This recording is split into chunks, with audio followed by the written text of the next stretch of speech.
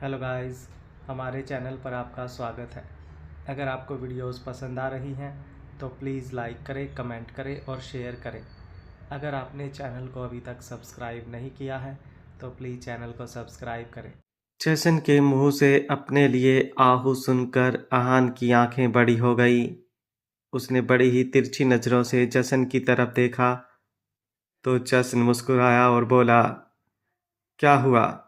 मैंने तुम्हें प्यार से ही बुलाया है, तुम्हें गुस्से से नहीं बुलाया, जो तुम मुझे इस तरह से तिरछी नज़रों से देख रहे हो। आहान तुरंत बोला, मेरा नाम आहान सिंह शेखावत है, आहू नहीं। तो मुझे मेरे नाम से बुलाए, ऐसे ऊट पटांग नाम से नहीं। जसन उसके मज़े लेते हुए बोला, जब तुम मुझे एमडी कहकर बुला सकते हो तो मैं तुम्हें आहू क्यों नहीं बुला सकता? मैं भी तुम्हें उस नाम से बुलाऊंगा जो नाम मुझे अच्छा लगता है। इस नाम को सुनकर आहान का तो पता नहीं, लेकिन किचन के दरवाजे पर खड़ी जन्नत के हाथ जरूर कांप रहे थे। कुछ देर पहले ही वो किचन में आई थी और अति और आरजू से बोल रही थी कि वो आज सबको ब्रेकफास्ट करवाएगी, लेकिन अब तो उसकी डाइनिंग टेबल पर जाने की हिम्मत ही नहीं हो रही थी। तभी अति उसके पीछे आकर खड़ी हुई और उसके कांपते हुए हाथों को देखकर बोली, क्या हुआ? चलो ना डाइनिंग टेबल पर, कॉफ़ी ठंडी हो जाएगी। जन्नत थोड़ा सा हिचकिचा रही थी, लेकिन अब वो अति को मना भी नहीं कर सकती थी, इसलिए डाइनिंग टेबल पर आ गई। जैसे ही वो डाइनिंग टेबल पर आई, आहान जो अब तक जसन को तिरछी नज़रों से देख रहा था, अब जन्नत को देखने लगा, क्योंकि कल जन्नत ने ही उसे इस नाम से बुलाया था। पर उसे ये समझ नहीं आ रहा था कि जसन को ये नाम कैसे पता। कहीं भांग पीने के बाद उन दोनों ने जसन और बाकी सारे परिवार के सामने तो कोई कारनामा नहीं किया। वहीं अभी थोड़ी देर पहले जब जन्नत नीचे आई थी तो उसके नीचे आते ही आरजू ने उसे घेर लिया था और गलती से जन्नत के मुंह से आहान के लिए आहू निकल गया, जिसके बाद पूरे घर में आहू शब्द हर जगह गूंज रहा था। आहान मुंह बनाते हुए बोला, ये डाइनिंग टेबल है और यहाँ पर सिर्फ खाना खाया जाता है, लोगों के नाम नहीं बिगाड़े जाते। जसन भी तुरंत बोला, मुझे लगता है तुम्हें नाम से कोई प्रॉब्लम नहीं है, प्रॉब्लम इस बात से है कि तुम्हें इस नाम से मैंने बुलाया। अगर किसी और ने बुलाया होता तो शायद इतनी प्रॉब्लम नहीं होती, फिर तो तुम सामने वाले को अपनी जानू जान ही बना लेते। अब तो आहान की नजरें और भी ज्यादा तिरछी हो गई। उसने गुस्से से जन्नत की तरफ देखा, क्योंकि ये बातें जन्नत के अलावा और किसी को पता नहीं हो सकती थी। वो डाइनिंग टेबल से उठा और बोला, मुझे ब्रेकफास्ट ही नहीं करना। ये बोलकर उसने बड़ी ही तिरछी नज़रों से जन्नत की तरफ देखा, जैसे नज़रों ही नज़रों में उसे ना जाने क्या कह रहा हो। उसकी जन्नत पर टिकी हुई नज़रें वहाँ पर हर कोई महसूस कर रहा था और जन्नत के गाल भी एकदम लाल होते जा रहे थे। उसने तुरंत अपना चेहरा घुमाया और किचन की तरफ भाग गई, लेकिन अंदर जाने की बजाय वो दरवाजे पर छिपकर खड़ी हो गई ताकि सबकी बातें भी सुन सके।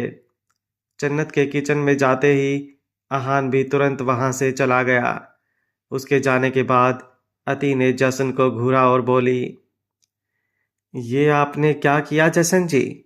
मुश्किल से तो वो हम सबके साथ ब्रेकफास्ट करने के लिए माना था, वरना वो कहाँ हम सबके साथ ही ब्रेकफास्ट और डिनर लंच करता है। लेकिन आपने उसे नाराज कर दिया। अब उसने कुछ खाया भी नहीं और आपको पता है वो ऑफिस का कुछ खाएगा भी नहीं। ये बोलते हुए अति के चेहरे पर शरारती मुस्कुराहट तैर रही थी और उसकी नज़रें किचन के दरवाजे पर खड़ी थी, जहाँ पर जन्नत हल्की हल्की दिखाई दे रही थी। और अब अति की ये बात सुनकर कि आहान ऑफिस में कुछ नहीं खाएगा, उसे आहान की टेंशन होने लगी थी। वहीं प्याली तो सबको हैरानी से देख रही थी और अक्षर के चेहरे पर शरारती मुस्कुराहट थी। उसने अचानक से प्याली का हाथ अपने हाथ में थामा और अपनी उंगलियां उसकी उंगलियों से उलझा ली, तो उसने हैरानी से अक्षर की तरफ देखा। अक्षर मुस्कुराते हुए बोला, डोंट वरी, यहाँ सब ऐसे ही हैं, धीरे धीरे तुम भी समझ जाओगी कि जैसे तुम्हें सीधे सीधे मेरे पास ऑफिस में भेजा गया, यहाँ पर बस रास्ता थोड़ा टेढ़ा बनाया गया है। अक्सर की बात सुनकर अब प्याली को सारा माजरा समझ आया। वहीं अब जन्नत का दिल ये सोचकर धक धक कर रहा था कि क्या वो हान के लिए लंच लेकर उसके ऑफिस जाए। लेकिन जैसे ही उसके दिल ने हाँ कहा, दिमाग ने तुरंत ना कहते हुए अपना सिर ना में हिलाया और जन्नत बोली, नहीं, नहीं, मैं हान के ऑफिस नहीं जा सकती। वो तो वैसे ही मुझे देखकर खाने को पड़ते हैं। अगर उनके ऑफिस गई तो पता नहीं क्या ही करेंगे। अगर ऑफिस से धक्के मार कर बाहर निकाल दिया तो नहीं, मैं नहीं जाऊंगी। अभी वो खुद से बोल ही रही थी कि आरजू ने उसके कंधे पर जाकर अपना हाथ रखा। जन्नत एकदम से कांप उठी। वो अचानक से डर गई थी। आरजू उसकी तरफ देखते हुए बोली, नहीं निकालेगा वो तुम्हें अपने ऑफिस से बाहर। बेशक से आहान चाहे जितना मर्जी गुस्सा कर ले, लेकिन ऑफिस में वो ऐसा कोई सीन क्रिएट नहीं करेगा। डोंट वरी, तुम उसके लिए ऑफिस में टिफिन लेकर जा सकती हो। जन्नत तुरंत बोली, वो मैं तो बस ऐसे ही बोल रही थी। मैं हान के ऑफिस नहीं जाऊंगी स्नोफ्लेक, वो गुस्सा हो जाएंगे। भले ही वो ऑफिस में गुस्सा ना उतारे, लेकिन घर पर आकर उन्होंने कुछ कहा तो वो मुझसे बर्दाश्त नहीं होगा। तो मैं उनके ऑफिस नहीं जाऊंगी। आरजू समझ चुकी थी कि जन्नत ऐसे सीधे सीधे नहीं मानेगी, इसलिए थोड़ा एटीट्यूड दिखाते हुए बोली, ठीक है, अगर तुम्हें नहीं जाना तो। वैसे भी बोलना आसान होता है, लेकिन किसी से प्यार करना बहुत मुश्किल होता है जन्नत। मैं समझ सकती हूँ तुम अहान से प्यार तो करती हो, पर अगर तुम उसे भूखे पेट देख सकती हो तो वो तो फिर तुम्हारी मर्जी है। लेकिन इतना बता दूं कि अहान बाहर से कुछ नहीं खाएगा, और सारा दिन भूखा रहकर काम करना कितना मुश्किल होता है ये तुम समझ सकती हो। पर बाकी तुम्हारी मर्जी। ये बोलकर उसने हल्का सा उसका कंधा थपथपाया और वहां से चली गई। जन्नत बस उसे जाते देखती रह गई। उसे तो समझ ही नहीं आया कि आरजू उसे किस हिसाब से समझा कर गई है। ना तो गुस्सा लग रहा था और ना ही प्यार। वो एक बार फिर से सोच में पड़ गई। वहीं दूसरी तरफ अरनाथ गाड़ी ड्राइव कर रहा था और मीठी उसके साथ ही बैठी थी। मीठी को लग रहा था कि अरनाथ उसे ठाकुर मैंशन लेकर जा रहा है, लेकिन जब उसने गाड़ी एक मॉल के पार्किंग एरिया में रुकती हुई देखी तो वो हैरान रह गई। उसने सवालिया नज़रों से अरनाथ की तरफ देखा और अरनाथ मुस्कुराते हुए बोला, जब बीवी नाराज हो जाती है तो उसे मनाने का सबसे बेस्ट तरीका है उसे शॉपिंग करवाना, और आज मैं अपनी स्वीट को शॉपिंग करवाने वाला हूँ। ये बोलते हुए जब उसने मीठी का गाल को हल्का सा टैप किया तो मीठी बस उसकी तरफ देखती ही रह गई। वो तुरंत बोली, मुझे कोई शॉपिंग नहीं करनी है मिस्टर स्वीट, प्लीज़ मुझे घर ले चलिए, मुझे बस घर जाना है। ये बोलते हुए उसके चेहरे पर हल्की सी बेचैनी नजर आ रही थी। अरनाथ उसकी हालत भी समझ रहा था, लेकिन वो खुद ऐसी सिचुएशन में था जहाँ पर ना मीठी को कुछ बता सकता था और ना ही उससे कुछ छुपा पा रहा था। मीठी का मूड ठीक करना चाहता था, इसलिए उसे मॉल लेकर आया था। वो गाड़ी से बाहर निकला और मीठी की तरफ आकर बोला, मैं तुम्हें ठाकुर मैंशन ले चलूँगा, लेकिन उससे पहले तुम्हें शॉपिंग करनी पड़ेगी। अपने लिए ना सही, मेरे लिए ही सही। ये बोलते हुए जब वो हल्का सा मुस्कुराया तो मीठी बस उसकी तरफ देखती ही रह गई। भले ही वो अरनाथ से जितना मर्जी नाराज होने की कोशिश कर ले, लेकिन दिल तो बस अरनाथ की एक मुस्कुराहट से ही पिघल जाता था। अरनाथ उसे लेकर मॉल के अंदर आया और वहीं दूसरी तरफ उसकी गाड़ी का पीछा कर रही एक गाड़ी में बैठे शख्स के चेहरे पर डेविल स्माइल आ गई थी। वो शख्स कोई और नहीं जतिन था। जतिन मीठी का पहला पति था, जिसने मंशाबाई के कोठे पर मीठी को बेचा था। कुछ दिनों से वो अरनाथ और मीठी पर नज़र रखने की कोशिश कर रहा था और उसकी नज़र लगातार अरनाथ के फार्म हाउस पर भी बनी हुई थी।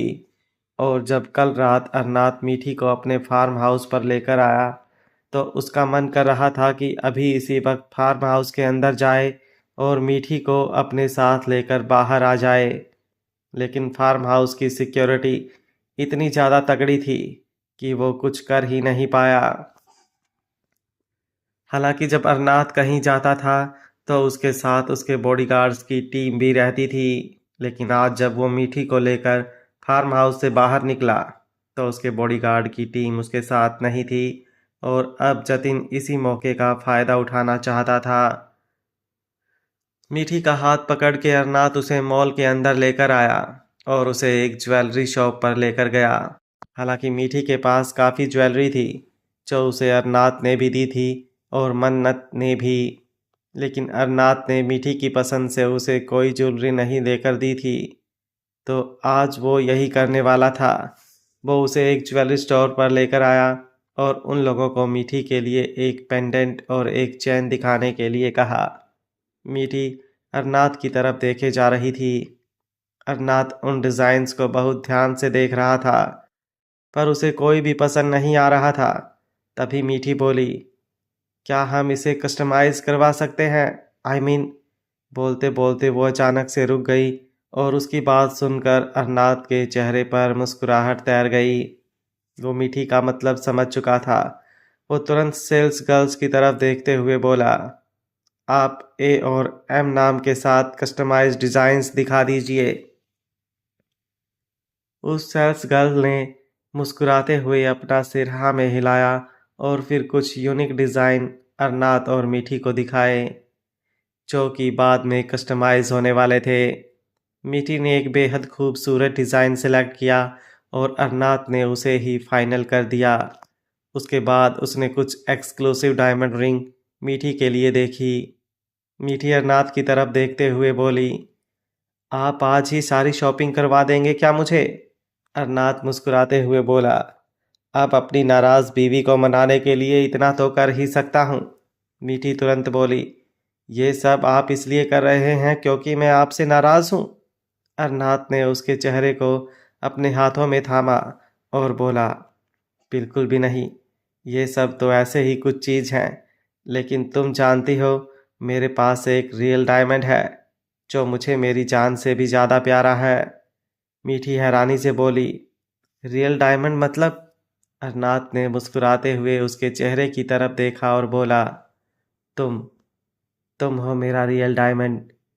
ये बोलकर उसने मीठी के माथे पर अपने होंठ रख दिए तो मीठी ने सुकून से अपनी आंखें बंद कर ली। वहीं दूसरी तरफ राठौर मेंशन, रेयान ऑफिस के लिए तैयार हो रहा था और उसके सामने ही अमानत खड़ी थी। वह अमानत के पास कुछ देर पहले भी गया था ताकि तारा के साथ उसकी जो बात हुई उसके बारे में उसे थोड़ा समझा सके, लेकिन अमानत ने उसे दूर से ही अपना हाथ दिखाकर अपने से दूर रहने का इशारा कर दिया था। वो बहुत ज़्यादा गुस्से में थी, पर अब रेयान ऑफिस के लिए निकलने वाला था और वो यूं ही अमानत को गुस्से में छोड़कर नहीं जा सकता था। वो अमानत के पास आया और उसे देखते हुए बोला, मैं जानता हूँ ट्रेजर, तुम्हारा मूड खराब है, लेकिन जब तक तुम मुझसे बात करोगी नहीं तो कोई बात सॉल्व होगी भी कैसे? मैं जानता हूँ इस वक्त तुम्हारा। अभी उसकी बात पूरी होती उससे पहले ही अमानत चीखते हुए बोली, क्या क्या बात कहूँ मैं तुमसे रेयान? मुझे कुछ समझ नहीं आ रहा कि मैं तुमसे क्या ही बात करूं। मुझे लगता ही नहीं कि हमारे बीच कुछ बात करने लायक कुछ बचा है। मैंने कल भी कहा था तुमसे कि मैं तुम्हारी ज़िंदगी से चली जाती हूँ। मैं नहीं चाहती कि मेरी वजह से तुम्हारी तुम्हारी फैमिली के साथ कोई लड़ाई हो। क्यों नहीं तुम मुझे खुद से दूर जाने दे रहे? रेयान इस बार गुस्से से बोला, ऐसे कैसे तुम्हें खुद से दूर जाने दे दूं? मेरी बीवी हो तुम। अमानत भी चिल्लाते हुए बोली, कैसी बीवी रेयान? कैसी बीवी? कैसी जिद कर रहे हो तुम? मुझे समझ में नहीं आ रहा आखिर तुम्हारे दिमाग में चल क्या रहा है। देखो मैं आखिरी बार कह रही हूँ तुमसे, इस शादी का कोई मतलब नहीं है, और अगर फिर भी तुम्हें यह शादी किसी शादी की तरह लगती है, तो ठीक है, मेरे पास अब इस प्रॉब्लम का एक ही सॉल्यूशन है। डिवोर्स। तुम मुझसे डिवोर्स ले लो, मुझसे जहां साइन करवाने हैं करवा लो, लेकिन मुझे यहां से जाने दो। मैं यहां पर नहीं रह सकती। अभी वो बोल ही रही थी कि रेयान एकदम से उसके करीब आ गया। अमानत हल्का सा कांप गई। वो एकटक नजरों से रेयान की तरफ देखने लगी। रेयान उसके चेहरे पर झुका और बोला, बस, बहुत सुन ली मैंने तुम्हारी बकवास। अब इससे ज्यादा और नहीं सुन सकता। आखिरी बार कह रहा हूं मैं तुमसे कि मुझे यूं छोड़कर जाने की बातें बंद करो। और रही बात डिवोर्स की, तो डिवोर्स लेने की तो तुम सोचना भी मत। रेयान ठाकुर की बीवी हो तुम, और रेयान ठाकुर ने हमेशा से यही सोच है कि अगर उसकी जिंदगी में कोई आएगी तो उसके जाने का दरवाज़ा ना उस लड़की के पास होगा और ना ही रेयान ठाकुर के पास। तुम बीवी हो मेरी, और इस रिश्ते को तुम और मैं, हम दोनों ही नहीं तोड़ सकते। और आइंदा अगर तुमने ये बात भी की ना, तो अमानत, आज तक तुमने मेरी दोस्ती देखी है, मेरा गुस्सा तुम बर्दाश्त नहीं कर पाओगी। रियान की बातें सुनकर अमानत बस उसकी तरफ देखती ही रह गई। आज सच में वो पहली बार रियान को इस तरह से गुस्से में देख रही थी। रियान ने अभी भी गुस्से भरे लहजे में कहा, मैं रोज रोज के इस तमाशे से थक चुका हूँ, इसलिए मैंने डिसाइड कर लिया है कि हम दोनों इस घर से जा रहे हैं। रियान की बात सुनकर अमानत की आंखें बड़ी हो गई। वो तुरंत बोली, नहीं, बिल्कुल भी नहीं, तुम इस घर को छोड़कर नहीं जा सकते। रियान हल्का सा अपने होठों को तिरछा कर बोला, मैं अकेले नहीं जा रहा हूँ, तुम मेरे साथ चलोगी। और ये फैसला अब मैं ले चुका हूँ, जिसे ना तुम बदल सकती हो ना मैं। रियान की बात पर अमानत हैरान हो रही थी। वो कभी भी रेयान को राठौर मैंसन से बाहर नहीं लेकर जाना चाहती थी। उसे उसकी फैमिली से अलग नहीं करना चाहती थी, लेकिन अब उसे ऐसा लग रहा था जैसे वह उसकी फैमिली से उसके दूर होने की वजह बन रही हो। वो तुरंत बोली, तुम ऐसा कुछ नहीं करोगे रेयान। अभी वो बोल ही रही थी कि रेयान ने उसका हाथ पकड़कर उसे बाहर की तरफ लेकर जाना शुरू कर दिया। अमानत की आंखें और भी ज़्यादा बड़ी हो गईं। वो तुरंत बोली, ये तुम क्या कर रहे हो? मुझे कहाँ लेकर जा रहे हो? छोड़ो मुझे रेयान, मेरी बात सुनो। ऐसे जल्दबाजी में कोई फैसला नहीं लेते। देखो, पहले ही तुम्हारे फैमिली मेंबर्स मुझे पसंद नहीं करते। मैं नहीं चाहती कि कोई मुझसे और ज़्यादा नफरत करे। प्लीज़ फालतू की हरकतें मत करो। ये बोलते हुए उसके चेहरे पर डर साफ झलक रहा था। वो नहीं बनना चाहती थी नेगेटिव, और रेयान की ये बात उसे बहुत ज़्यादा नेगेटिव बना सकती थी। पर रेयान पर उसकी बातों का कोई असर नहीं हो रहा था। वो अमानत को लेकर नीचे हॉल में आया। तारा, निर्भय, आरती जी और संजय जी वहीं हॉल में मौजूद थे। उन्होंने जब रेयान को इस तरह से अमानत को खींचते हुए लेकर जाते देखा तो उनकी आंखें भी बड़ी हो गई। रेयान अमानत को लेकर उन लोगों के सामने खड़ा हुआ और बोला, मुझे आप लोगों को कुछ कहना है। तारा ने गुस्से से एक नज़र अमानत की तरफ देखा।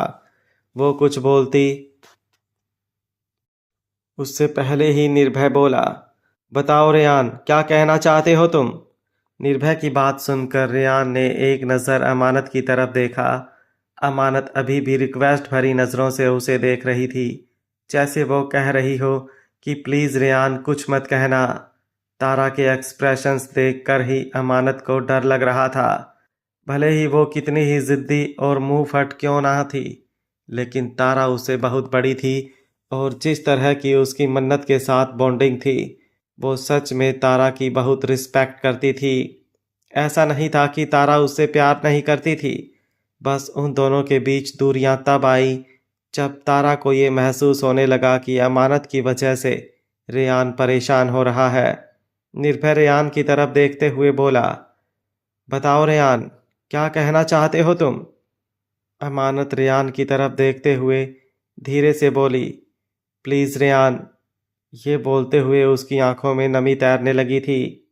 रेयान निर्भय और तारा की तरफ देखते हुए बोला, मेरी और अमानत की शादी जिस तरह से हुई है, वो शादी शादी कम और जल्दबाजी में लिया हुआ एक फैसला ज़्यादा था।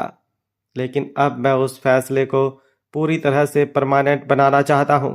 अमानत मेरी वाइफ है और अब मैं उसे लीगली या फिर ये कहूँ कि पूरी दुनिया के सामने एक बार फिर से अपनी बीवी बनाना चाहता हूँ, ताकि लोगों के दिमाग में ये वहम ना रहे कि हम दोनों का रिश्ता यूं ही जुड़ चुका है या फिर हम दोनों एक दूसरे के लिए नहीं बने। एक पति पत्नी का रिश्ता शादी के बाद ही पूरा होता है, तो मुझे अब ये रिश्ता पूरा करना है। मुझे अमानत से फिर से शादी करनी है। रेयान की बात सुनकर अमानत हैरान रह गई। डर के मारे उसकी जान निकली जा रही थी और अब रेयान ने पूरी बात ही बदल दी थी। वही रेयान चाहता तो आज अमानत को अपने साथ फार्म हाउस में लेकर जा सकता था, जहां पर वो शादी से पहले बहुत बार रहा करता था। लेकिन अगर वो ऐसा करता तो तारा और अमानत के बीच और भी दूरियां आ जाती और रेयान उन लोगों में से था जो समझदारी से अपनी हर एक प्रॉब्लम का सॉल्यूशन निकालते थे, ना कि हाइपर होकर कुछ भी रिएक्ट करते थे। रेयान की बात सुनकर अमानत तो हैरान थी ही, बाकी सब भी बहुत ज्यादा हैरानी से उसे देख रहे थे। निर्भय हल्का सा मुस्कुराया और बोला, गुड डिसीजन। तारा गुस्से से बोली, क्या गुड डिसीजन? पहले कम प्रॉब्लम है जो अब तुम अपनी प्रॉब्लम और ज्यादा बढ़ाना चाहते हो रेयान। रेयान गुस्से से बोला, प्लीज मॉम, मैंने आपको बीच में बोलने के लिए नहीं कहा। मैंने सिर्फ आपको अपना फैसला सुनाया है। अगर आप लोग मेरा फैसला मानने के लिए तैयार हैं तो ठीक है, वरना मेरे पास और भी बहुत रास्ते हैं अमानत को अपनी वाइफ बनाने के। कोर्ट मैरिज तो आप भी बहुत अच्छी तरह से जानती होंगी। और रही बात इस शादी के खिलाफ जाने की, तो एक बात मेरी अच्छे से सुन लीजिए मॉम। अगर आपको इस शादी से प्रॉब्लम है ना, तो ठीक है, रखिए आप इस शादी से प्रॉब्लम। आप चाहती हैं ना कि अमानत इस घर से चली जाए, तो उसके साथ मैं भी इस घर से चले जाता हूँ। उसके बाद तो आपको कोई प्रॉब्लम नहीं होगी ना। रियान की बात सुनकर सबके पैरों तले जमीन खिसक गई। निर्भय गुस्से से तारा की तरफ देखते हुए बोला, बस तारा, आज तक तुमने अमानत को ना जाने क्या क्या कहा है। मैंने तुमसे कुछ नहीं कहा, लेकिन अब बहुत हुआ। अब तुम कुछ भी नहीं कहोगी। मुझे समझ में नहीं आता कि तुम इस तरह से रिएक्ट कर क्यों रही हो। जहां रेयान की बातें सुनकर तारा पहले ही इतनी ज्यादा दुखी थी, वहीं निर्भय की बात सुनकर तो उसकी तकलीफ और भी ज्यादा बढ़ गई। उसकी आंखों में भी नमी तैरने लगी थी। निर्भय रेयान की तरफ देखते हुए बोला, आज तक तुमने जब भी जो भी फैसला लिया है, मैंने हमेशा तुम्हारा साथ दिया है और तुम्हारा ऐसा कोई फैसला नहीं था तुम्हारी जिंदगी में जो सही ना हो। और आज तुमने जो फैसला लिया है वो भी पूरी तरह से सही है। उम्मीद करता हूँ कि इस शादी के बाद तुम अपनी बीवी को और भी ज़्यादा बेहतर तरीके से समझो और इस शादी को और भी दिल से निभाओ। रेयान चुपचाप अमानत का हाथ पकड़कर वहां पर खड़ा था। निर्भय ने आरती जी की तरफ देखा और बोला, प्लीज मॉम, आप जल्द से जल्द रेयान और अमानत की शादी के लिए मुहूर्त निकलवाइए। जितनी जल्दी हो सके उतनी ही जल्दी मुहूर्त निकलवा दीजिएगा और जल्द से जल्द शादी की तैयारी अभी शुरू कर दीजिए। वैसे भी हमने अभी तक अमानत को ऑफिशियली राठौर अनाउंस नहीं किया है, तो अब मुझे नहीं लगता कि हमें और देर करनी चाहिए। क्यों डैड? ये बोलते हुए अब उसने संजय जी की तरफ देखा। निर्भय और रेयान दोनों ही एक जैसे थे। दोनों अपने रिश्तों के लिए लड़ना भी जानते थे और अपने रिश्तों को रिस्पेक्ट देना भी। संजय जी ने मुस्कुराकर अपना सिर हाँ में हिलाया और आरती जी भी मुस्कुराते हुए आगे आई और बोली, क्यों नहीं, मैं आज ही पंडित जी को घर बुलाती हूँ और शादी का मुहूर्त निकलवाती हूँ और इस शादी की तैयारी मैं अपने हाथों से करूँगी। उन सबको बातें करते देख तारा बुरी तरह से चिढ़ गई और मुंह बनाते हुए वहां से चली गई। उन्हें यूं जाते देख अमानत को बहुत बुरा लग रहा था। वो रेयान की तरफ देखते हुए बोली, तुम्हें यह नहीं करना चाहिए था रेयान। रेयान निर्भय की तरफ देखते हुए बोला, आप सारे अरेंजमेंट देख लीजिएगा डैड, मुझे ऑफिस जाना है। ये बोलकर रेयान ने अमानत का हाथ छोड़ा नहीं, बल्कि उसे यूं ही पकड़े हुए बाहर की तरफ लेकर जाना शुरू कर दिया। अमानत हैरान रह गई। रेयान उसे बाहर लेकर आया और उसे अपनी गाड़ी के पास लेकर आया उसने अमानत को अच्छे से गाड़ी के साथ लगाकर खड़ा किया और बोला, क्या चाहती हो ट्रेसर तुम? मुझे ये बताओ। एक बात मेरी तुम कान खोल कर सुन लो कि तुम्हारा साथ तो मैं नहीं छोड़ूंगा। तुम वाइफ हो मेरी, और अब तो इस जन्म में ये रिश्ता टूटने से रहा। बस इतना बता दो कि चाहती क्या हो। चुपचाप ये शादी करना चाहती हो या फिर ये चाहती हो कि तुम्हें लेकर मैं यहाँ से चला जाऊं? उसकी बात सुनकर अमानत की आंखों से आंसू बहने लगे। वो रोते हुए बोली, मैं तुम्हें तुम्हारी मोम से दूर नहीं करना चाहती रेयान। तुम नहीं जानते, जब वो मुझे नफरत भरी निगाहों से देखती है तो। अभी वो बोल ही रही थी कि रेयान ने उसका चेहरा अपने हाथों में थाम लिया।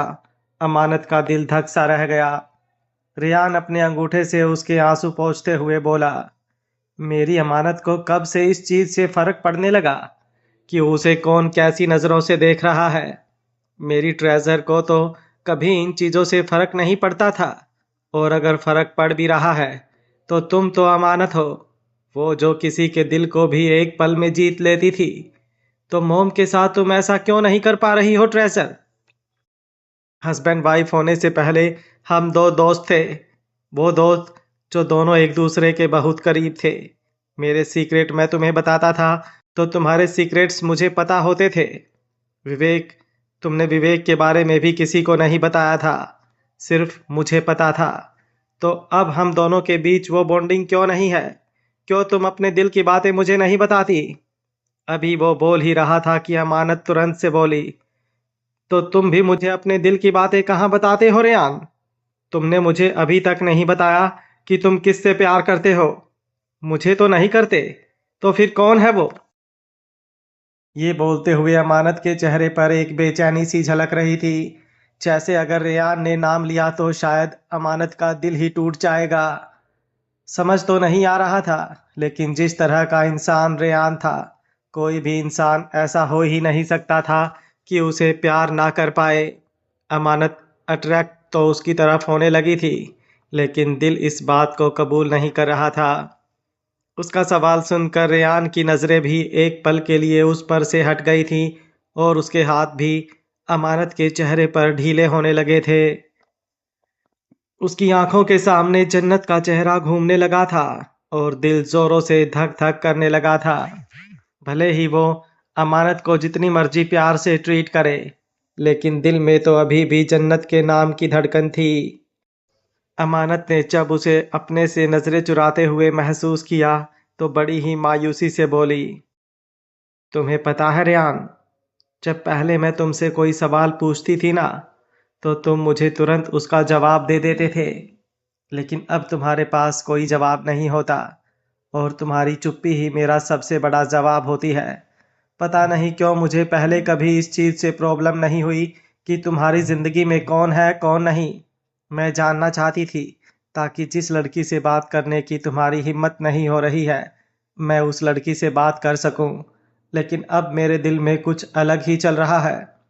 एक तरफ दिल करता है कि मैं उस लड़की का पता लगाऊं और तुम्हें पूरी तरह से उसे सौंप दूं, और एक तरफ मेरा दिल करता है कि काश कभी मुझे उस लड़की का नाम पता ही ना चले।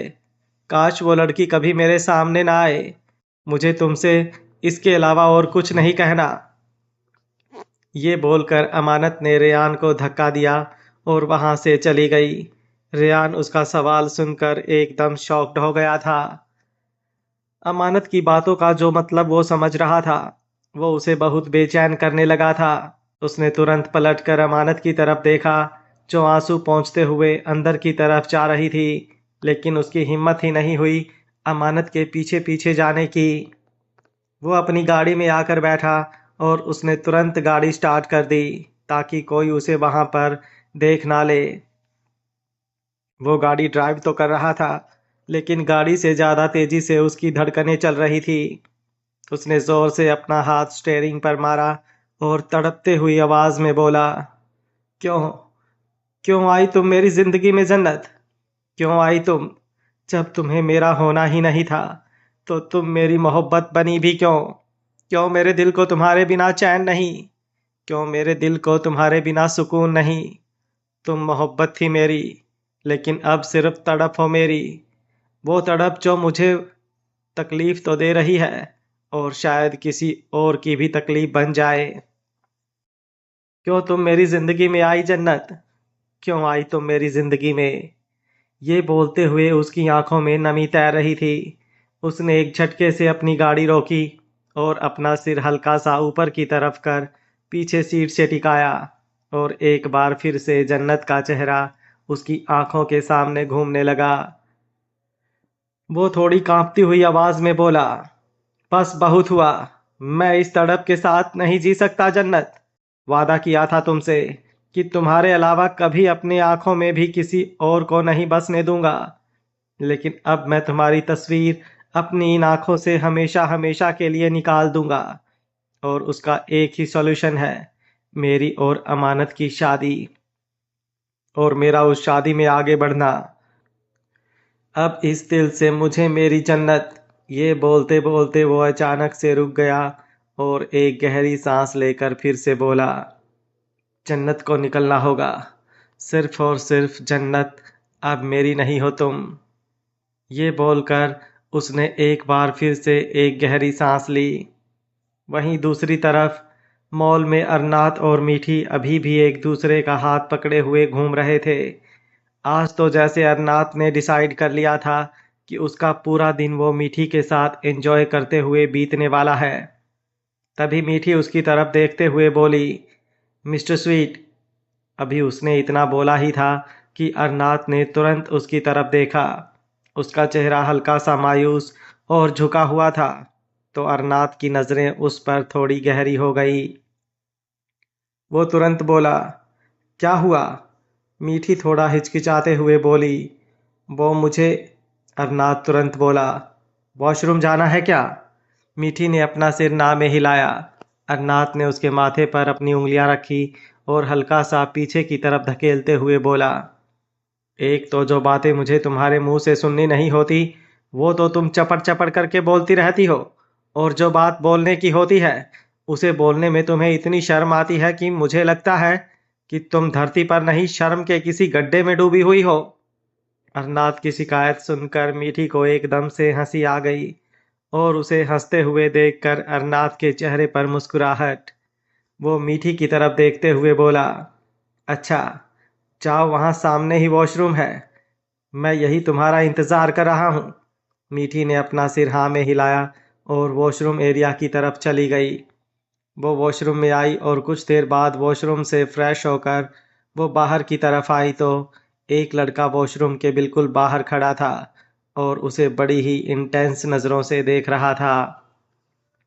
मीठी ने पहले तो उसे इग्नोर किया और फिर वहां से जाने लगी, लेकिन वो अपना कदम भी आगे बढ़ाती उससे पहले ही वो लड़का उसके सामने आकर खड़ा हो गया और उसे देखते हुए बोला, क्या बात, पहचाना नहीं मुझे?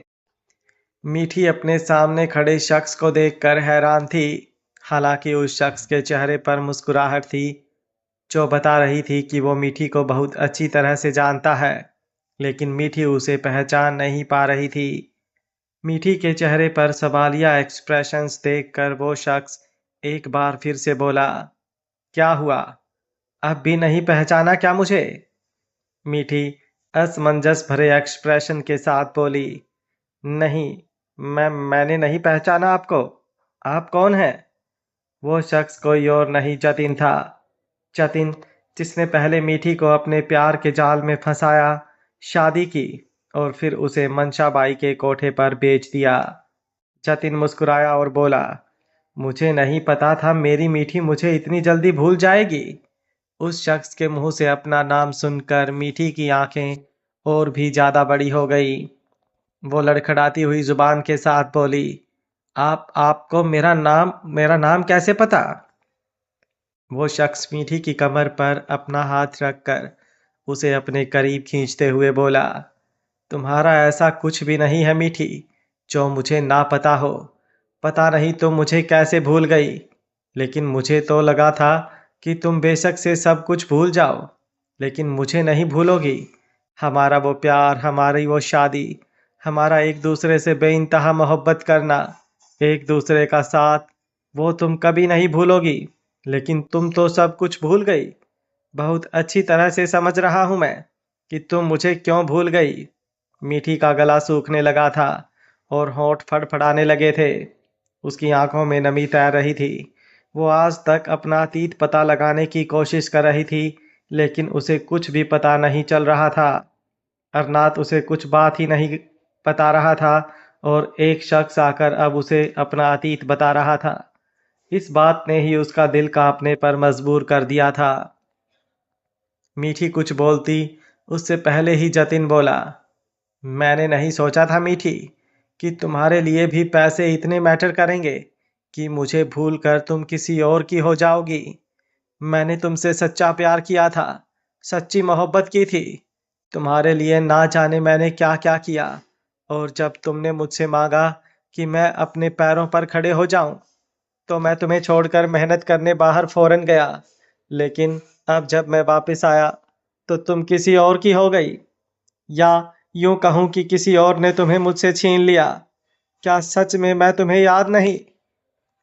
ये बोलते हुए जतिन की आवाज में एक तड़प नजर आ रही थी, जो तड़प साफ बता रही थी कि जो वो बोल रहा है वो बिल्कुल सच है। लेकिन अगले ही पल जतिन व्यंग्य से मुस्कुराया और बोला, मैं बेशक से जितना मर्जी मेहनत से कमा लूं, लेकिन कभी भी तुम्हें वो नहीं दे सकता जो वो अरनाथ ठाकुर दे रहा है। जानता हूं मैं बिलियनियर है वो। उसके पास पैसों की क्या ही कमी। बड़ी इंडस्ट्रीज, ठाकुर मैंशन, ना जाने कहां कहां उसकी प्रॉपर्टी है। उसे खुद पता नहीं होगा। आगे पीछे नौकर घूमते होंगे और गाड़ियां गाड़ियां तो वो हर रोज बदलता होगा। लेकिन उसके पैसों ने तुम्हें बदल दिया।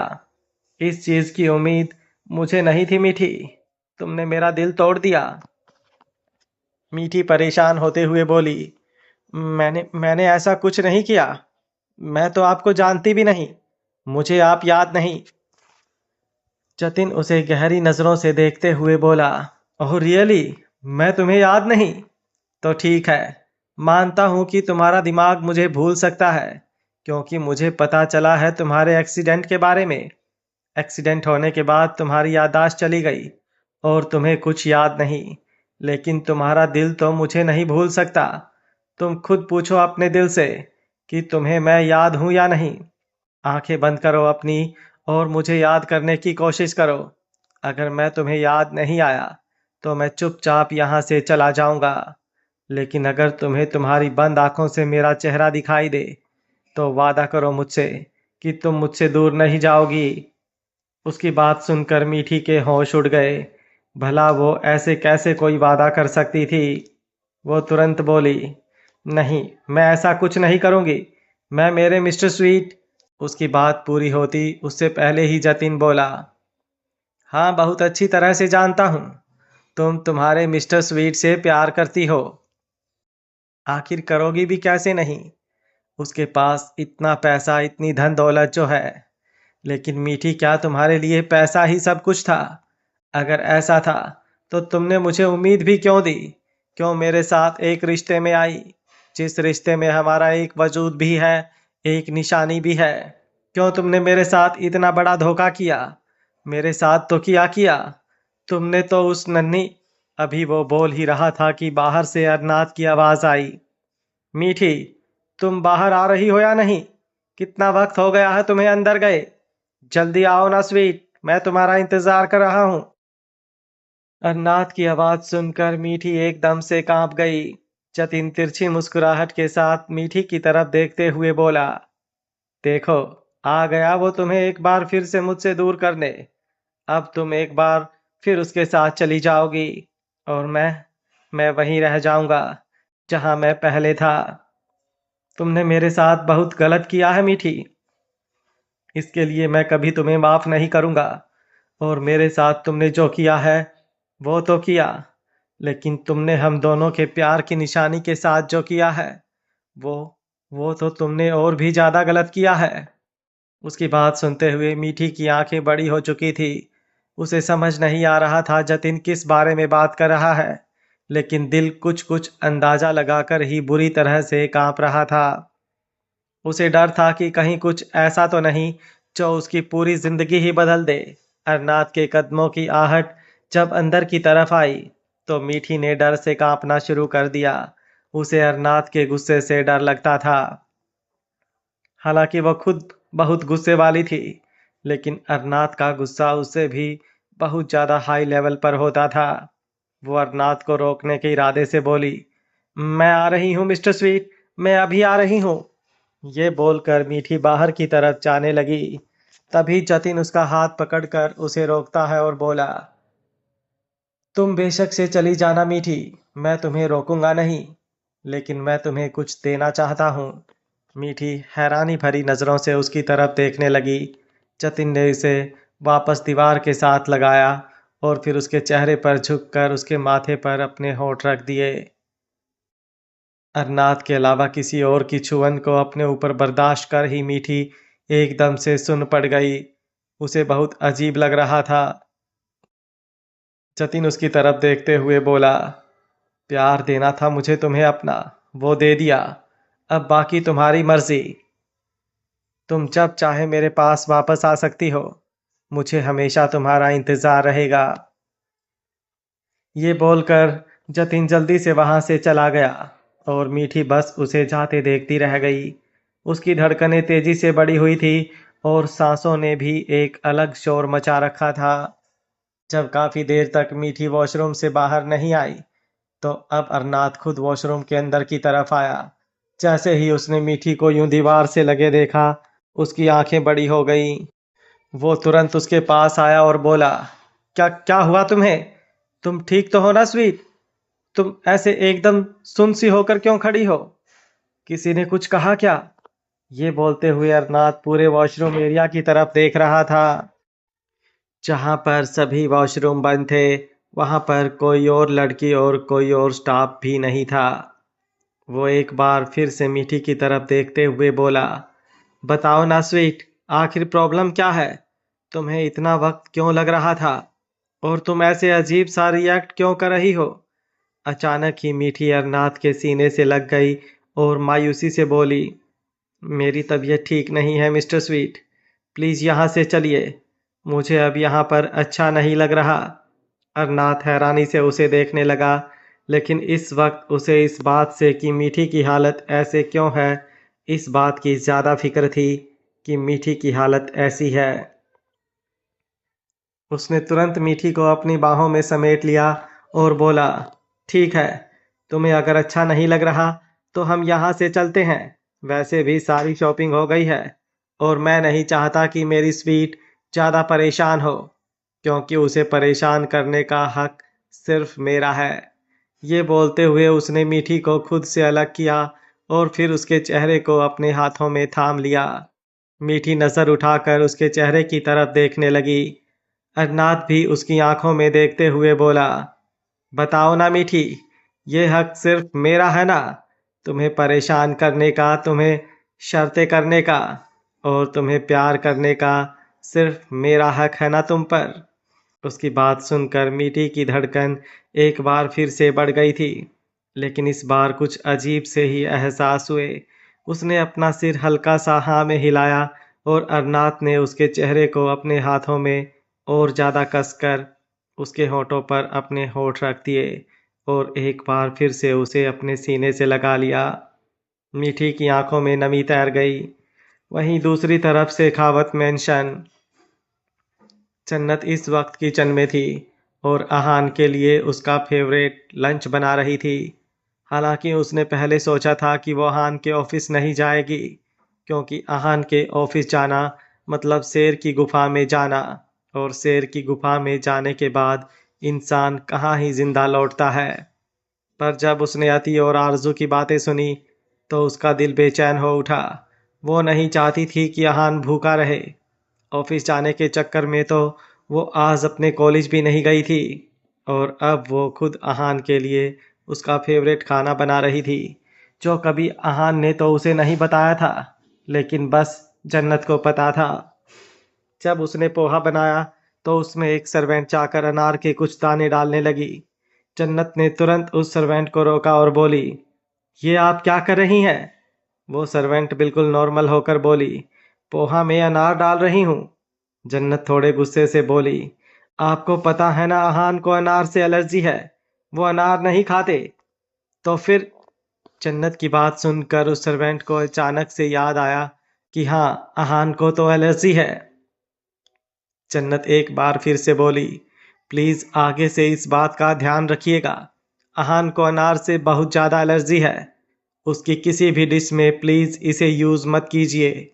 उस सर्वेंट ने माफी मांगते हुए कहा, सॉरी मैडम, गलती हो गई, आइंदा से मैं ध्यान रखूंगी।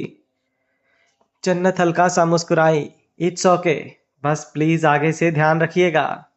ये बोलते हुए उसके चेहरे पर बेचैनी से साफ नजर आ रही थी, जो बता रही थी कि उसे अहान की कितनी फिक्र थी।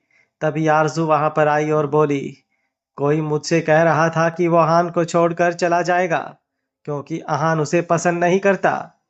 आरजू की आवाज सुनकर जन्नत ने तुरंत पलटकर पीछे की तरफ देखा।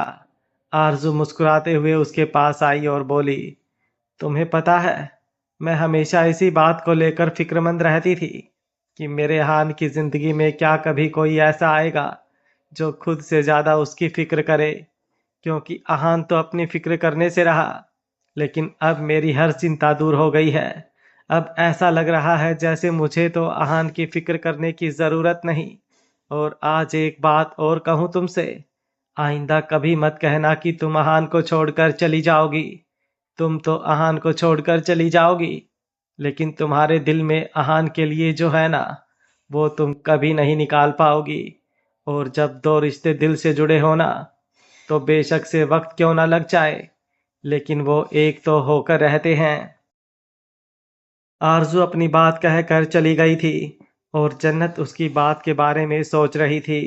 उसका दिल अभी भी असमंजस में था कि वो अहान को छोड़कर जाए या नहीं, क्योंकि अहान उसे कभी एक्सेप्ट नहीं करेगा।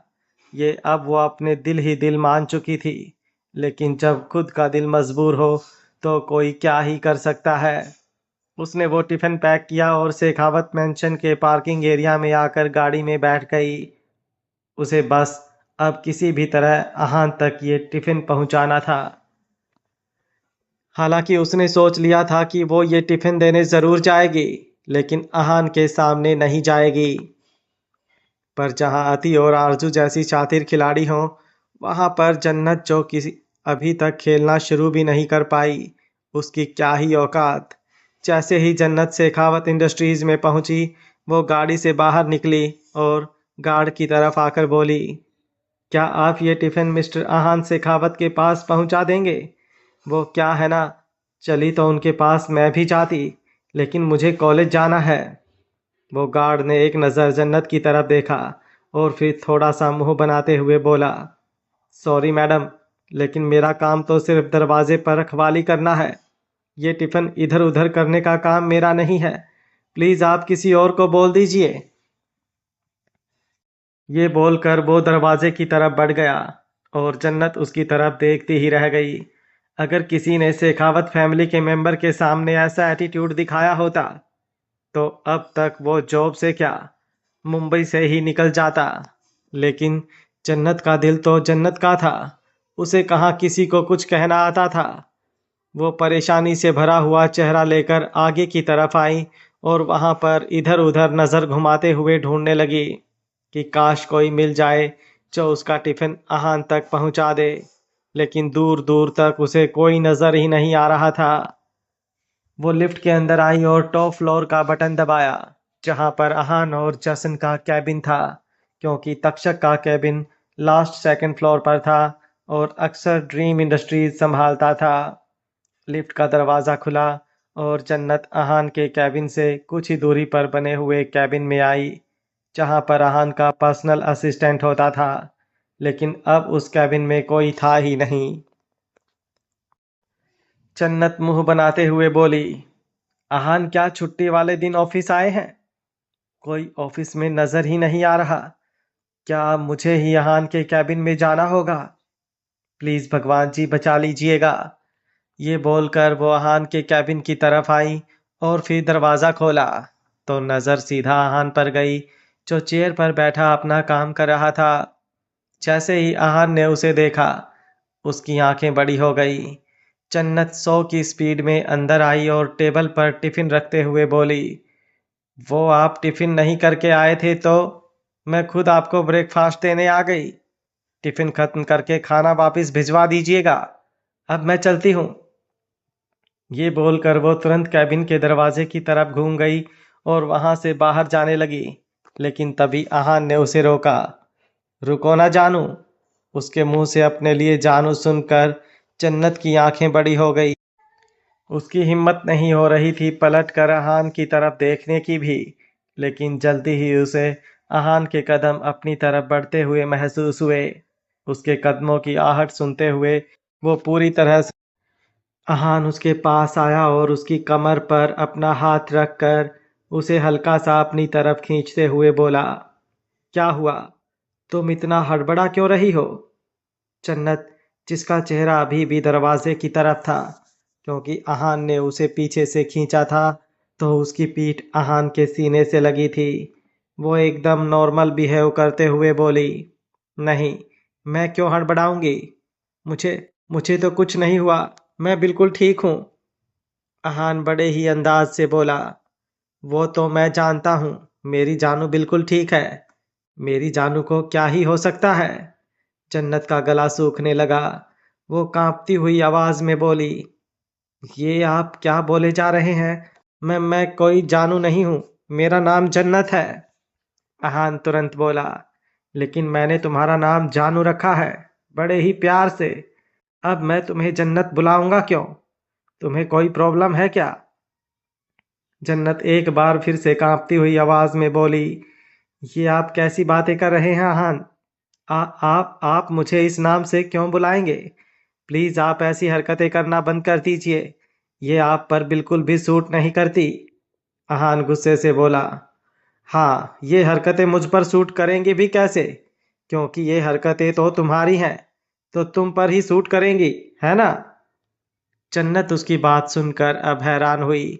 आहान ने गुस्से से उसे अपनी तरफ घुमाया और बोला, क्या कहा तुमने? बेबी डॉल और स्नोफ्लेक को? कि मैंने तुम्हें जानू कहकर बुलाया? और तुमने मुझे आहू? ये तुमने उन लोगों को बताया? जन्नत की आंखें हैरत में फैल गई। वो तुरंत अपना सिर ना में हिलाते हुए बोली, मैं ये सब बातें उन्हें क्यों बताऊंगी आहान? मेरा यकीन कीजिए, मैंने उन्हें कुछ नहीं कहा। आहान उसे घूरते हुए बोला, बकवास बंद करो। उन्हें हम दोनों के बीच क्या हुआ? क्या नहीं? पता चल ही नहीं सकता? शेखावत मेंशन के रूम के अंदर क्या होता है, ये कभी रूम से बाहर नहीं जाता जब तक रूम के अंदर वाला शख्स खुद बाहर आकर कुछ ना उगल दे। जन्नत के चेहरे पर डर साफ झलकने लगा था।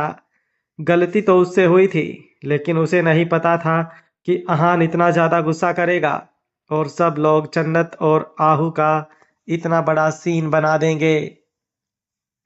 वो मायूसी से बोली, प्लीज आहान, माफ कर दीजिए। मैंने उन लोगों को जानबूझकर कुछ नहीं बताया। वो बस मेरे मुंह से निकल गया। अभी वो बोल ही रही थी, आहान ने उसके गालों को कसकर अपनी उंगलियों में जकड़ा और बेहद ककर्ष भरी आवाज में बोला, अच्छा, जानबूझकर तुम्हारे मुंह से निकल गया? तुम साबित क्या करना चाहती हो? मुझे लगा मुझसे गलती हो गई। मैं सारा ब्लेम तुम पर नहीं डाल सकता, क्योंकि ठंडाई मैंने भी पी थी। मुझे खुद पर कंट्रोल करना चाहिए था, लेकिन फिर भी मैंने इस बात को जाने दिया। लेकिन तुमने तो इस बात का फायदा उठाना शुरू कर दिया। जन्नत के मुंह में दर्द होने लगा था। आहान ने उसके गालों को बहुत कसकर उंगलियों में जकड़ रखा था। वो आहान की कलाई पर अपना हाथ रखकर उसे खुद मुंह छुड़वाने लगी, तो आहान ने उसका मुंह छोड़ दिया। वह गुस्से से बोला, अपनी ये हरकतें बंद कर दो जन्नत। मैं किसी तरह कोशिश कर रहा हूँ कि मैं ऐसा कुछ ना करूँ जिससे तुम भी हर्ट हो और मेरे फैमिली मेंबर्स भी। लेकिन तुम मुझे ढंग से रहने ही नहीं दे रही हो। तुम चाहती ही नहीं हो कि मैं शांत रहूं। तुम चाहती हो कि मैं कुछ ऐसा करूं जिसके बाद सबका गुस्सा मुझ पर आए और सबकी सिंपैथी तुम्हें मिले। लेकिन बेशक से तुम जितनी मर्जी कोशिश कर लो, मैं ऐसा कुछ नहीं करूंगा। उसकी बात सुनते हुए जन्नत की आंखों में नमी तैरने लगी। उसने अपना चेहरा नीचे झुका लिया। कहाँ उसके दिल में कल से हलचल हो रही थी कि शायद उसके और अहान के बीच चीजें कुछ हद तक ठीक हो जाएं, और कहाँ एक ही पल में अहान ने सारी उम्मीदें तोड़ दी थी। वो बेहद तकलीफ भरी आवाज में बोली, ठीक है अहान, आइंदा मैं इस बात का ख्याल रखूंगी कि मेरी वजह से आपके फैमिली मेंबर्स आपको ब्लेम ना करें। कल जो कुछ भी हुआ उसके लिए मैं आपसे माफी मांगती हूँ, और आइंदा मैं अपनी हरकतों पर कंट्रोल रखूंगी। अब तो आपको कोई प्रॉब्लम नहीं है ना? ये बोलते हुए जन्नत जो नमी भरी आंखों से अहान की तरफ देख रही थी, उन्हें देखकर अब अहान को बेचैनी सी होने लगी। उसने जन्नत पर गुस्सा तो कर दिया था, लेकिन अब उसे खुद पर ही गुस्सा आ रहा था। जन्नत टिफिन बैग की तरफ देखते हुए बोली, आप खाना खा लीजिएगा, मेरा गुस्सा खाने पर मत उतारिएगा। टिफिन आप घर पर भिजवा दीजिएगा, मैं चलती हूँ। ये बोलकर जन्नत वहां से जाने लगी। अहान में उसका हाथ पकड़कर उसे रोका और उसे वापस अपनी तरफ खींच लिया, तो जन्नत सीधा उसके सीने से आ लगी। जन्नत की धड़कनों ने एक बार फिर से शोर मचा दिया। अभी अहान उस पर इतना गुस्सा उतार रहा था, और अभी इस तरह से उसको इतनी करीब से करना उसे पागल कर रहा था। अहान उसे देखते हुए बोला, जब तक मैं अपना लंच फिनिश नहीं कर लेता तब तक तुम कहीं नहीं जाओगी, और ये टिफिन मैं किसी और के हाथ क्यों क्यों वापस भेजूंगा? जब इसे लेकर तुम आई हो तो इसे वापस लेकर भी तुम ही जाओगी। और खाना टिफिन नहीं होता, खाना खाना होता है, और खाली टिफिन घर भिजवाना होता है, स्टूपिड कहीं की। ये बोलकर जन्नत का हाथ पकड़े ही अहान टेबल की तरफ आया और वहां से फूड बैग उठाकर सामने टेबल की तरफ लेकर गया, जहां पर दो आलीशान सोफे लगे हुए थे और सामने एक बेहद खूबसूरत कांच का टेबल था। उसने उस बैग को टेबल पर रखा और जन्नत की तरफ देखते हुए बोला, जल्दी से खाना सर्व करो।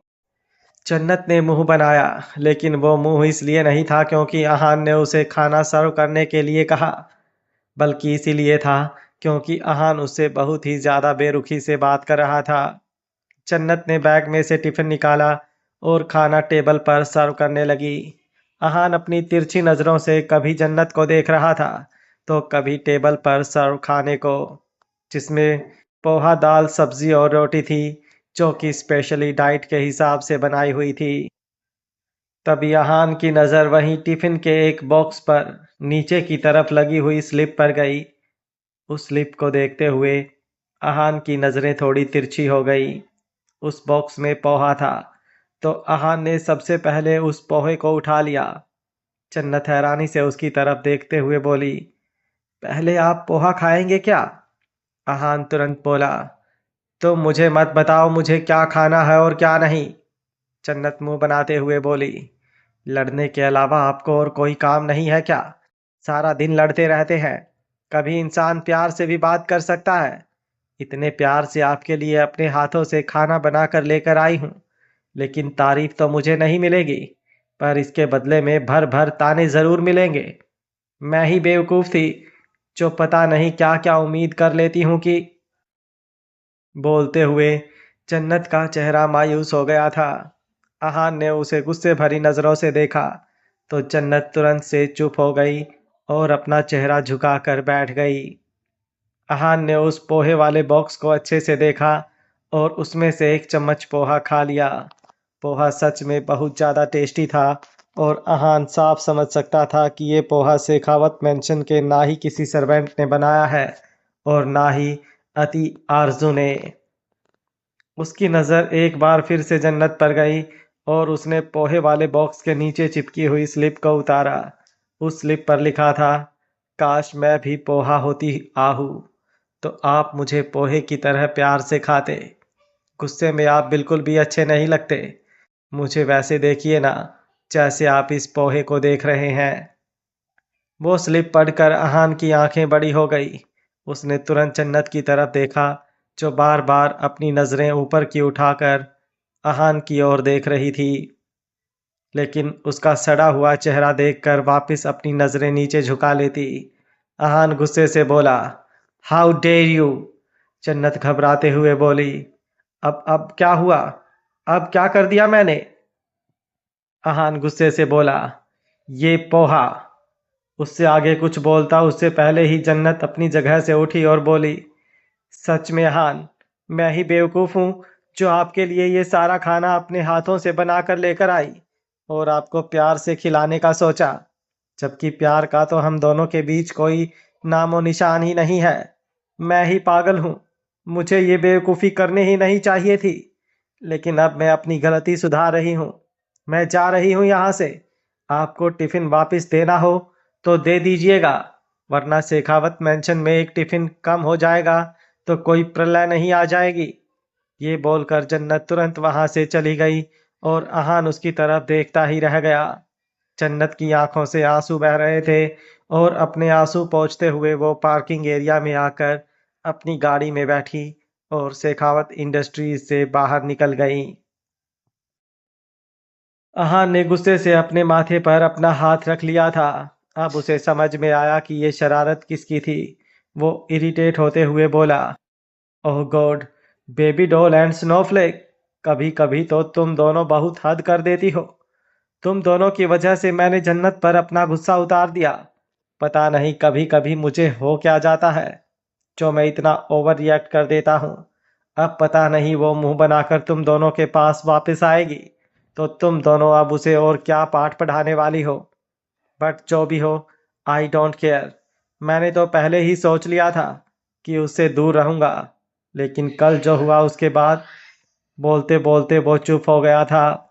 उसकी आंखों के सामने एक बार फिर से कल की धुंधली धुंधली तस्वीर चलने लगी थी और उसके चेहरे के एक्सप्रेशंस बदलने लगे थे।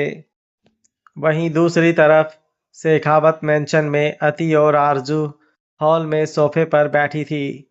प्याली ऊपर अपने कमरे में आराम कर रही थी, क्योंकि रातों की नींद तो अब उसकी हराम हो चुकी थी। अक्सर जैसा वाइल्ड इंसान ना उसे सोने देता था और ना ही खुद सोता था, और अब दिन में उसका पूरा शरीर टूट रहा था। लेकिन अति और आरजू दोनों के चेहरे पर शरारती मुस्कुराहट थी। दोनों बस जन्नत का इंतजार कर रही थी। तभी दरवाजे पर कदमों की आहट हुई और जन्नत अंदर की तरफ आई। उसका चेहरा पूरा उतरा हुआ था। उसके उतरे हुए चेहरे को देखकर अति और आरजू दोनों ने एक दूसरे की तरफ एक बार फिर से देखा और आरजू तुरंत जन्नत के पास आई और उसे रोकते हुए बोली। क्या हुआ? तुम इतनी उदास क्यों हो? जन्नत चौहान की वजह से पहले ही बहुत ज्यादा फ्रस्ट्रेटेड थी। उसका गुस्सा सातवें आसमान पर था। वो आरजू की तरफ देखते हुए बोली। उदास नहीं तो और मैं क्या होऊंगी स्नोफ्लेक। आपको पता भी है आपका अहुना एक नंबर का निकम्मा इंसान है। प्यार से तो उनसे बात होती ही नहीं है। जब मैं कहती हूँ कि मुझे उनसे दूर जाना है तो ऊट पटांग हरकतें करते हैं, जबरदस्ती भी करते हैं। और जब उनके पास जाने की कोशिश करती हूँ तो उन्हें ऐसा लगता है जैसे मैं कुछ चाल बिछा रही हूँ। आप ही बताइए, वो क्या कोई मछली है जो मैं उन्हें अपने जाल में फंसा लूंगी? अहान शेखावत है वो। मुंबई के टॉप बिजनेसमैन में उनका नाम आता है। उन्हें ऐसा लगता है कि मैं उन्हें अपने जाल में फंसा लूंगी। खुद का दिमाग तो चलाना नहीं, मेरा दिमाग भी कंफ्यूज कर रखा है। कंफ्यूज क्या, फ्यूज कर रखा है। और ऐसे फ्यूज उड़े हुए हैं कि ना करंट आ रहा है और ना करंट जा रहा है। आपका आहू इज वेरी वेरी टॉक्सिक। बोलकर जन्नत तुरंत अपने कमरे में चली गई और आरजू बस उसे जाते देखती रह गई। उसने आज पहली बार जन्नत को इतना गुस्सा करते हुए देखा था और वही आरजू के एक्सप्रेशन देखकर अति की हंसी निकल गई। वो हंसते हुए आरजू के सामने आकर खड़ी हुई और बोली। और कर लो चालाकी। तुमने क्या सोचा था कि तुम ऐसी कोई स्लिप लिखोगी और तुम्हारा अहान सच में जन्नत को कोई पोहा समझकर खाने लगेगा? तुम्हारा आइडिया तो पूरी तरह से फ्लॉप हो गया। अब तुम देखो मैं क्या चक्कर चलाती हूँ। ये बोलकर एक मिस्टीरियस स्माइल लिए अति वहां से चली गई और आरजू बस अपनी जगह पर खड़ी रह गई। बहू आई तो वो सुनाकर चली गई और सास आई तो वो सुनाकर चली गई। उसे ऐसा लग रहा था जैसे वो ढोलकी बन चुकी है, जो कोई भी आया और बजा कर चला गया। तभी दरवाजे पर एक बार फिर से कदमों की आहट हुई और तक्षक अंदर आया। तक्षक उसे हैरानी से देखते हुए बोला, क्या हुआ? इस तरह से दरवाजे पर क्यों खड़ी हो स्नोफ्लेक? और वैसे भी ये दोपहर का टाइम है। इस टाइम तो तुम रेस्ट करती हो ना? तो तुम यहाँ क्या कर रही हो? चलो जाओ अपने कमरे में रेस्ट करो। मैं बस एक फाइल लेने आया था, वो फाइल लेकर चला जाऊंगा। तुम अपने कमरे में जाओ। उसकी बात सुनकर आरजू ने मुंह बनाया और बोली, बस आपकी ही कमी थी। आप भी आइए और मुझे सुनाकर चले जाइए। जा रही हूं मैं अपने कमरे में। मुझे आपसे कोई बात नहीं करनी। तक्षक हैरानी से उसकी तरफ देखने लगा। उसने तो नॉर्मल वे में कहा था कि उसे जाकर आराम करना चाहिए। इसमें इतना गुस्सा करने की क्या जरूरत थी? वो हैरानी से बोला, ये तुम कैसी बातें कर रही हो स्नोफ्लेक? मैंने कहा तुम्हें कुछ सुनाया और तुम इतना ओवर रिएक्ट क्यों कर रही हो? इतने गुस्से में क्यों हो? आरजू अब और भी ज्यादा फ्रस्ट्रेट हो गई। तक्षक उसके कंधों की तरफ अपना हाथ बढ़ाने लगा ताकि प्यार से उससे बात कर सके, लेकिन आरजू से जोर से धक्का दिया और गुस्से से बोली, मुझे आपसे बात ही नहीं करनी। सब मुझे सुनाकर चले जाते हैं। ये बोलकर वो तुरंत अपने कमरे में चली गई। अभी तक्षक उसकी बातों से शॉक्ड अपनी जगह पर खड़ा उसे जाते हुए देख ही रहा था कि एक बार फिर से दरवाजे पर कदमों की आहट हुई और इस बार अहान अंदर आया। अहान को दोपहर के वक्त घर पर देखकर तक्षक की आंखें बड़ी हो गई और उसके हाथों में फूड बैग देखकर तो वो हैरानी और भी ज्यादा बढ़ गई थी। अहान को दोपहर के वक्त शेखावत मेंशन में देखकर तक्षक हैरान था। वो उसे सवालिया नजरों से देखते हुए बोला, तुम यहाँ पर क्या कर रहे हो? तुम्हारी तो 4 बजे मीटिंग है ना? अहान चिढ़ते हुए बोला, मीटिंग तो है, लेकिन अगर आपके वाली मुझे मीटिंग करने देगी तो ना। तक्षक गुस्से से बोला, मतलब क्या है तुम्हारा? अहान इरिटेट होकर बोला, ये तो आप उनसे ही पूछिए। क्या जरूरत है उन्हें जानू, आई मीन जन्नत को इधर उधर के पाठ पढ़ाने की? उसके मुंह से जानू सुनकर तक्षक ने उसे टेढ़ी नजरों से देखा। अहान तुरंत बोला, गलती से मुंह से निकल गया। ऐसे देखने की जरूरत नहीं है मुझे। जरा अपने वाली को संभाल कर रखिए। मेरे वाली को, आई मीन जन्नत को पता नहीं कैसे कैसे पाठ पढ़ा रही हैं। तक्षक उसे छेड़ने के अंदाज से बोला, जानू, मेरी वाली? सही जा रहे हो बेटा, बिल्कुल सही जा रहे हो। अहान फ्रस्ट्रेटेड होकर बोला, ओ प्लीज डैड, ये मुझे छेड़ना बंद कीजिए।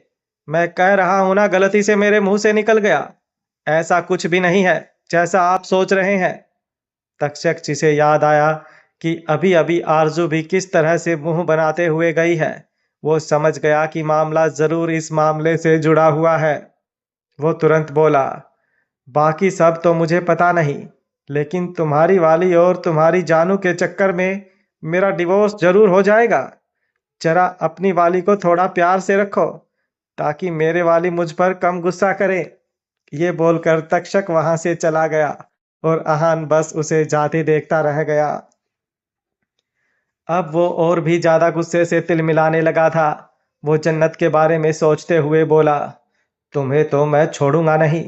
तुम्हारी वजह से मुझे एम्बेरस होना पड़ रहा है। तुम्हें तो मैं बताता हूँ। ये बोलकर वो सीधा सीढ़ियों की तरफ बढ़ गया और अपने कमरे में आया। जैसे ही उसने कमरे का दरवाजा खोला, उसकी नज़र सामने वॉशरूम से बाहर निकल रही जन्नत पर गई, जो इस वक्त एक टॉवल में लिपटी हुई थी। ब्लैक कलर के टॉवल में लिपटी हुई वो इस वक्त किसी डॉल की तरह नजर आ रही थी। खुले बाल जिनमें से पानी की बूंदें टपक रही थी। वो बड़ी ही अदा से चलते हुए मिरर के सामने गई और जाकर अपने बालों को कभी दाएं करती तो कभी बाएं। बालों से टपकता हुआ पानी नीचे जमीन को भिगो रहा था और गला आहान का सूख रहा था। उसने पहली बार जन्नत को इस तरह से देखा था और देखते ही अपनी जगह पर खड़ा सुन्न हो गया। वो आया तो बहुत गुस्से में था, लेकिन अब ना जाने उसका गुस्सा कहाँ ही गायब हो गया और वो दरवाजे पर खड़ा जन्नत की तरफ देखता ही रह गया। जन्नत अभी भी मिरर के सामने खड़ी थी। दोपहर के वक्त कोई उसके कमरे में आता नहीं था, तो उसे ये टेंशन ही नहीं थी कि कोई उसके कमरे में आएगा। और उसने दरवाज़ा लॉक किया था, जो अहान ने अब अपने फिंगरप्रिंट से खोला था। उसे ये भी पता नहीं चला कि अहान लगभग पिछले 5 मिनट से उसे दरवाजे पर खड़ा देख रहा है। तभी अचानक से उसका टॉवल नीचे सरकने को हुआ, लेकिन उसने जल्दी ही उस टॉवल को संभाला और उसे अच्छे से खुद पर रैप किया। मिरर के सामने खड़ी वो खुद को बड़ी ही इंटेंस नज़रों से देख रही थी, जैसे खुद से ही उसे ना जाने कितना प्यार हो। हल्का सा झुककर उसने ड्रेसिंग में से ड्रायर निकाला और ड्रायर से अपने बालों को ड्राई करने लगी। वो गर्म हवा जब उसके चेहरे पर लग रही थी, तो उसका चेहरा और भी ज़्यादा लाल हो रहा था और बाल हवा में उड़ने लगे थे। इस वक्त वो और भी ज़्यादा अट्रैक्टिव लगने लगी थी। अहान, जो अब तक खुद को संभाले खड़ा था, वो अब उसकी तरफ कदम बढ़ाने लगा। ड्रायर की आवाज़ से जन्नत को अहान के कदमों की आहट भी नहीं सुनाई दी और वो यूं ही अपने बालों को ड्राई करती रही। लेकिन जब अहान बिल्कुल मिरर के सामने आकर खड़ा हो गया, तो उसकी आंखें बड़ी हो गईं। उसने तुरंत ड्रायर नीचे रखा और पलटकर अहान की तरफ देखने को हुई, लेकिन तभी नीचे पानी गिरा होने की वजह से उसका पैर एकदम से स्लिप हुआ और वो नीचे गिरने को हुई। पर अहान ने तुरंत उसे अपनी बाहों में संभाल लिया। वो अहान की बाहों में झूल रही थी और अहान का चेहरा उसके ऊपर झुका हुआ था। टॉवल, जो पहले ही उसने बड़ी मुश्किल से खुद पर समेट रखा था, वो एकदम से खुल गया। लेकिन अहान ने उसे भी अपने हाथ में पकड़ लिया था। पर इस चक्कर में जन्नत काफ़ी हद तक उसे दिखाई दे रही थी। जन्नत की सांसें गहरी होने लगी और सांसों से उफान लेता सीना ऊपर नीचे होने लगा। जन्नत ने जब अपना सूखता हुआ गला तर किया, तो उसके गले में जो हलचल हुई उसे देखकर अहान ने अपने होठों को अपने दांतों तले दबा लिया और उसकी हरकत देखकर अब जन्नत ने भी अपने होठों को भींच लिया, क्योंकि उसे अहान को ये करते देख अहान को उसे किस करना याद आने लगा था। लेकिन भले ही जन्नत कुछ भी क्यों ना कर ले, अहान कहाँ ही रुकने वाला था। वो उसके चेहरे पर झुका और उसके होठों पर हल्के से अपने होठ रख कर उसे अपने होठों को खोलने का इशारा करते हुए सिर्फ हूँ कहा, तो जन्नत का दिल जोरों से धड़क उठा।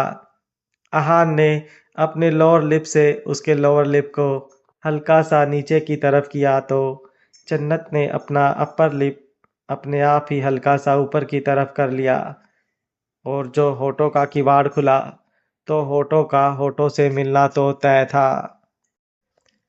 अहान उसके चेहरे पर झुके उसे बहुत ही ज़्यादा सॉफ्टली किस करने लगा था और जन्नत भी उसकी बाहों में झूल रही, बस उसके लिप्स को अपने लिप्स पर महसूस कर रही थी।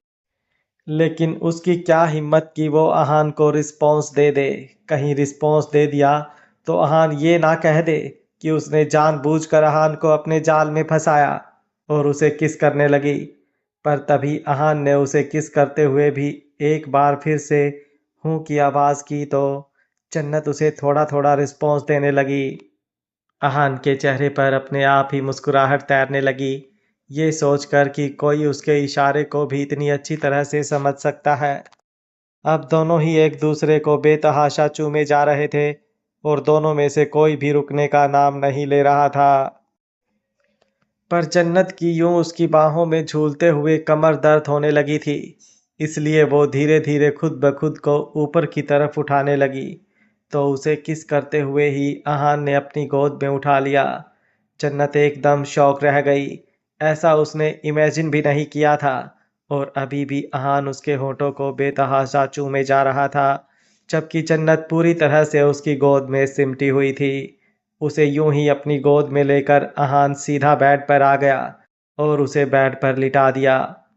दोनों की किस ब्रेक हुई तो अहान जन्नत की तरफ देखने लगा और जन्नत अहान की तरफ।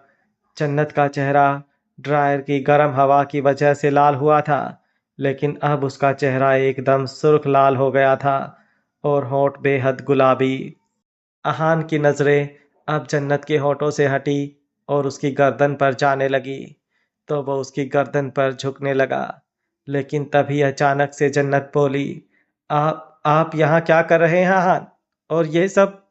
जन्नत की आवाज़ सुनकर अहान एकदम से होश में लौटा। उसने तुरंत अपने आसपास नज़र घुमाई। जब उसने खुद को इस तरह से बेड पर देखा तो उसके होश उड़ गए। वो गुस्से से जन्नत को घूरने लगा तो जन्नत उसके कुछ बोलने से पहले ही बोली, प्लीज अहान, अब ये मत कहिएगा कि मैंने फिर से आपको किसी जाल में फंसाया है और जबरदस्ती आपसे की। बोलते बोलते वो रुक गई थी और उसकी आंखों में नमी तैरने लगी थी। अहान तुरंत बेड से उठा और गुस्से से बोला, ऐसे दरवाजा खोलकर कौन टॉवल में कमरे में घूमता है?